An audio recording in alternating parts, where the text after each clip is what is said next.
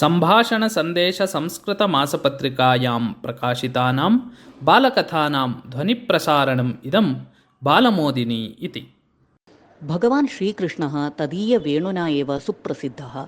बाल्ये यावत् सः नन्दगोपस्य गृहे आसीत् तावत् वेणुः तस्य हस्ते सदा भवति स्म एव। मधुरानगरं प्रति आगमनस्य अनन्तरं तस्य हस्ते वंशी न अदृश्यत। तदा कृष्णः उत्तमः राजनीतिनेता, तथापि सः तु वेणुहस्तः एव दृश्यते सर्वदा।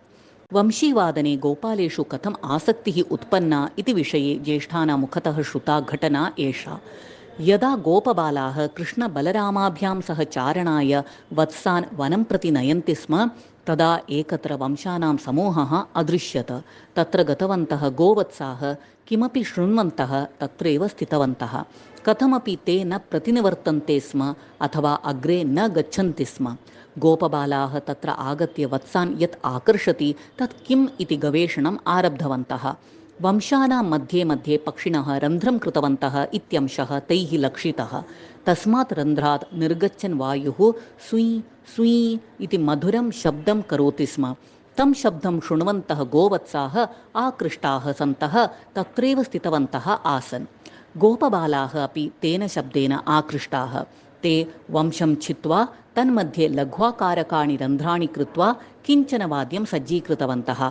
ततः मुखवायुना यदा तत् वादितं तदा सुमधुरः ध्वनिः ततः समुत्पन्नः। ते शाद्वलसमीपे उपविश्य वेणुवादनम् आरब्धवन्तः। ततः आकृष्टाः गोवत्साः तान् अनुसृत्य आगमनम् आरब्धवन्तः। एवं ते गोपालकाः एव प्रथमवंशीवादकाः अभवन्। एतत् एव वंशीवाद्यस्य मूलं। कृष्णः गोपकुले प्रवृद्धः इत्यतः सहजतया तस्य हस्ते अपि वेणुः अतिष्ठत। कृष्णकारणतः वेणोः अनितरसाधारणख्यातिः अपि जाता।